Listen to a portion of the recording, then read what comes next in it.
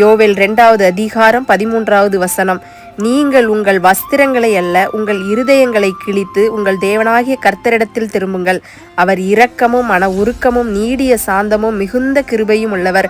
அவர் தீங்குக்கு மனஸ்தாபப்படுகிறவருமாய் இருக்கிறார்.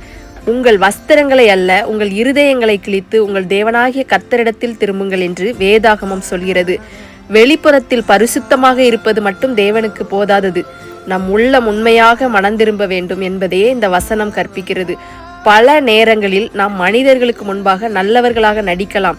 ஆனால் தேவன் நம் இருதயத்தை பார்க்கிறார்.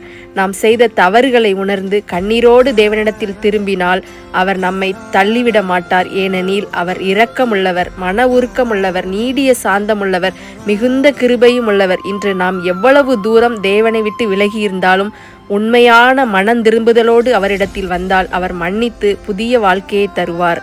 ஆமேன்.